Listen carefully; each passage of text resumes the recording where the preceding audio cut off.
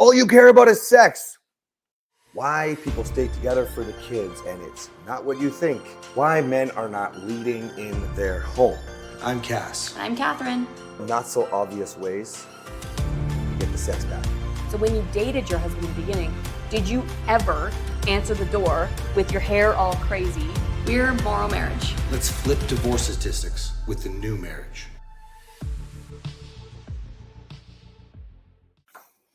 Episode 42 of the MorrowMarriage podcast, where we say it like it is because we've been through the depths of hell. We've come through the fire and we have saved our incredibly abusive and toxic marriage. And more people, we need to stop quitting on your marriage. Today, I want to talk about all you care about is sex.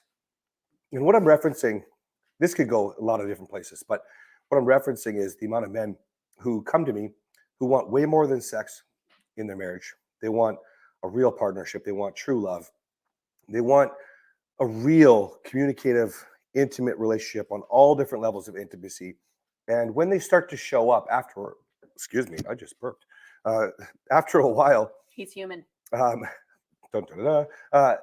a while. As he makes a superhero sound. That's right. Just reminding you guys who I am. After a while, sometimes it gets really frustrating when your partner still thinks that all you care about is sex. And it's because they're really latching on, or they haven't let go of the fact that the old you, well, it's really what you presented, right? I have these needs. A couple episodes back, we talked about that, where, you're presenting the need to get off rather than the need to connect, to be with your partner. And so, I got a lot of wives that tell their husbands this, that all you care about is sex, when I really want you to understand something here right off the top as a man who's hearing this. And that is that when you let go of the expectation of your wife owes you sex, it's going to take some time. I think with you, honey, it was like a year and then another 6 months, both times, like, I can't believe you have no expectations. Like, it was a long time for me. And it happened twice. It was like complete shock. It was like complete whoa. And both times I was like, you just figured that out, right? And that's because there was so much that I put out, and I always say expectations bleed, right? So even with the amount of men that do this work and they say they have no expectation, I mean, they're still hoping. We had a guy at Christmas time who was pouty because he didn't get Christmas sex, and he got it in check. So he's like, see, I have this under control. And I was quickly pointing out, I was like, well, no, you don't. She brought it up to you. She recognized your mood, which means she's going to think that all you care about is sex because you're upset at Christmas time with your whole family and you're pouty and upset, even though it should be this wonderful time because you didn't have sex. And I get why Christmas sex could feel like fun, but if your partner doesn't want it and that's what you're presenting, well, you're going to get a whole lot less of what you want. In fact, she's going to throw it in your face, and then you get pissed because she's bringing up the past because you've done all this work when you haven't. No. Or you're trying, but like he said, it's bleeding out. So you've done the work, but you're not practicing the work that you learned. That's right. Now, there's something that's really, really important here, because a lot of the men that do a ton of work, they really do let go of this. And this isn't a forever, guys. Obviously, you know how I view this. This is the checker flag. Like, this is what you get to share with your partner that nobody else gets to have with you. You can hug your kids. You can shake your buddy's hands. You can meet somebody on the street and, give them a hug when you leave. But sex is something that's next level for you and your partner. And so, of course, I don't mean we lose expectations and we don't want to ever have a life that's without it. What I'm saying is that's not what rules the roost, so to speak. You know what I mean? Get the reference there? So the point is, in fact, actually, many of the men that I work with over time, because their wife is maybe not communicating effectively, they've learned these skills, honey, they become less defensive. They don't attack. They understand and they start to get validation. Even if they disagree, they're not sissies. They just understand where she's coming from. And, they're doing all this stuff. Plus, they're showing up with all these different ways that I show them. But like, wife can still be stuck in the past. And before she even says all you care about is sex, or maybe that's when she does it. And she just starts slamming doors and smashing iPads and freaking out. And I often wonder, you mentioned smashing iPads a lot. This one example. I just that smashed an iPad of a several times. Yeah, a husband, several iPads. I didn't mean to. I just put anyways, it's just, I like the example because it's such an easy, clear image. It is. Right? You can be angry, but you can't slam doors and smash iPads. Smash an iPad. You can be angry, but I couldn't trash the house for the 78th time. You know what I mean? 77 was enough. Let's not get out of control, people. What I want many of you that listen that think that your partner only cares about sex, they might. And I'm not saying this doesn't happen, but I know that the men that I work with care about a whole lot more. And I know that a lot of them do struggle, and it is challenging when you want that level of intimacy. It is challenging to, see the line and make sure that it's there and it's clear that you're doing all these other things and you're all showing up. And it's all about who you are. And when you're doing that and you're proud of who you are, we have this next level that we're looking at. But for the women that are listening that think that and have noticed their husbands are making changes, men will start to think that you're not attractive. Just like it happened to us. If you know our story, Kathryn said, I'm not attracted, I'm not in love, and I'm settling. Okay. The qualities that I was presenting as a man were unattractive to Kathryn, which led her to not desire me. Tap you in? Is that what you just said? Yeah. Time out. Tap me in. Tap you. Before you get too far in that one, I wanted to add to something you said. So Cass just said, you're validating your wife's feelings. You're not a sissy, but you're allowing your wife to show her emotions, and she's stuck in the past. I just want to piggyback on that. Sure. Because if you've been validating emotions and all the things that he said, but you've only been doing it short term and you're slipping back into your old ways, she's not stuck in the past. She's referencing last week. So if you are regularly getting pouty, regularly blowing up because of her display of emotions, I don't care how good you're validating if you're invalidating all the time. Your wife, in that case, is not stuck in the past. She's actually living in the present on your roller coaster. So get off your roller coaster and start being consistent, and your wife will get out of the past. Now, there are women that do get stuck in the past, and that's because there are women and men need to address things in different ways, and she probably needs a little bit of support that she doesn't have. You might not be able to be that person, but there's other things at play. But just so that you're not like, oh, my wife is stuck in the past. No, if you were pouty on Christmas, she's not stuck in the past. That was last week. Yeah, which literally undermines all of the changes that you've been making. And this is why I say... And you are undermining all the changes you're making. She's not. Just because she's referencing 1 week ago, she's referencing something that you're doing or not doing. So you are undermining yourself. Now, let's say you're not undermining yourself, okay? And when I say that, let me be kind of clear. I just put out a video on YouTube, and it's Why You Will Fail, I think is what we called it. I'll go make sure I change it so you can find it. But, I had a lot of men that were talking about how it circled around things like this. All you care about is sex. It's a lot of the bringing up the past. And it's like, and listen, there's a common thing that goes out there with programs from coaches. It's like, well, you can't control your partner. I don't know about women's programs, so I'm going to say it from the men's programs. Well, you can't control your wife. And while I do say that, and I don't mean control, manipulate, I mean, it's up to her to take responsibility, to reflect, to grow, to do all these things. You can lead all you want, but if she doesn't want to, have a positive influence on her own life, you can't control your wife. Okay.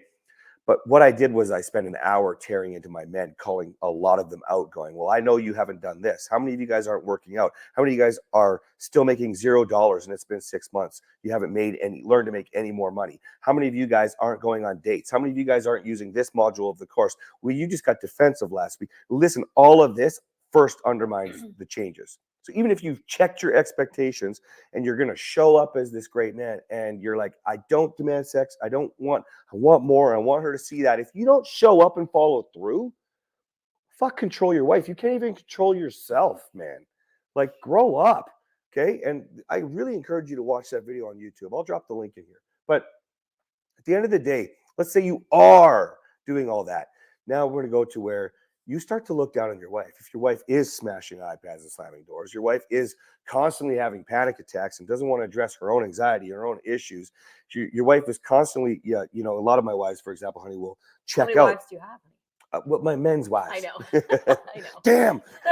So a lot of the guys, for example, start showing up as better partners at home, and wives take advantage. They won't, oh, cool. Now I can sit back and I don't have to make dinner. I don't have to do anything. Oh, he's got the kids now. I don't have to do anything. And they like to check out. They're on their phone. They're doing whatever. This makes you unattractive. If you're this woman, you are no longer fulfilling your end of the bargain, whether or not you're entitled. And I teach my men, it's your turn. But there's patience that goes into this. There's only so much that you're going to tolerate. And so when your wife says all you care about is sex, but she's literally checking out of all these other things, we actually think you're gross. We actually look down on you. When you thought for years that you were had another child, now we think we have another child.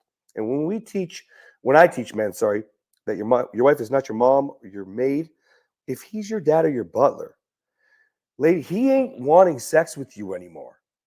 If he's trying to have a conversation and you don't know how to communicate, if he offers gratitude and you don't say thank you, if he shows affirmations and you don't even lift him up or ask how his day was because you don't care, trust me, he don't want sex. And if he does, he's the last ditch effort to try to connect and get to another level with you. That's what I want to say. Mhm. What about you? That's all good. I want to the whole smashing iPads. I just want to address again. So for the women out there who maybe you did smash an iPad, I will tell you I threw a mop once, and I'm not, and it wasn't 6 years ago. It was in 2022. It was like a year and a half ago. I threw a mop, and I didn't throw it at him, but sometimes he'll be like, "Do you remember the time you threw that mop at me?" And I'm like, I didn't throw a mop at you, but I was so angry, and the mop is what was in my hand. Now, I will have conversations with women. I spoke to a woman the other day on the phone, and her husband's still holding it against her because she threw something. And so I told her, I said, well, you know what? I threw a mop. And she goes, I threw a sandwich. And I didn't even mean to throw it. I didn't throw it at him. I just threw it at the floor because I'm so angry. So if you are having those sorts of reactions where you are getting angry and you are a menace to society, Menace to society. and that's just it's a sign that there's something that you need to address, right? So with this woman that he talks about regularly with smashing iPads, it seems like it's something that's happening regularly. That's why he's saying that. But I'm starting to recognize that we as women sometimes get to our limit, and I would never throw a mop at anyone, but I did have it in my hand and I did chuck it in a state of anger. So I just want to differentiate between those two things. If you are having those outbursts of anger and you feel like you want to throw something, but you're not trying to hurt anybody and you're just like, you have that loss of control, that is something that you can look within and reflect on that and figure out like, what is it that's causing you to mismanage your emotions? I just wanted to throw that out there because when I talk to women, it does happen all the time where a woman who usually is in control of her emotions just throws something across the room out of anger. But you have to be careful because this would be like, so I could go back to that you called the police, right? And like again, smashing the house, throwing all these things in your general direction, right? I want to be careful. I want to be really, really clear. This is all coming out as we discuss this. All you care about is sex thing that's really a reference to the past. Whatever the past is, regardless, when you're moving forward, you have two choices. One, to undermine the person that you want to become, right? And by the way, you're never that person because you're never done rising, okay? So get comfortable on the journey, but stop undermining along the way.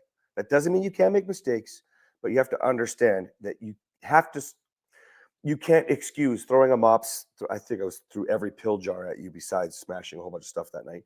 You can't excuse any of this behavior. It should all be part of the journey that you're continuing to rise up on, understanding what's happening. If you want away from the past, you must change your mental attitude. Okay. So I don't just want sex. And then two, I have to support that with behaviors that are going to actually promote the new you, show the new you, essentially do not take away from the direction that you're going. Then you can bring your partner along long before you start getting contemptuous and starting to think they're gross. And then last thing, no matter what, thank your damn partner. Because if it wasn't for them feeling that way about you, you wouldn't want to grow. Because most people aren't doing anything until they hit the rock bottom, till they hear those words, till the rug's pulled out, till they throw them off. Okay. All right, guys. At least I can laugh about it. Well, it's all funny now, but that's what we should end with, guys. It is all funny now. The reason why we joke about Ryan and the shit that I was capable of, and I mean, the things that we laugh about, holy shit, what would Ryan have done? It is all funny now. Yeah. That's what you have to look forward to.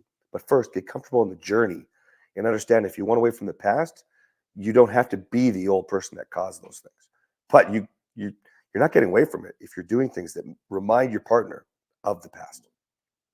Like throwing them up. Bye, guys.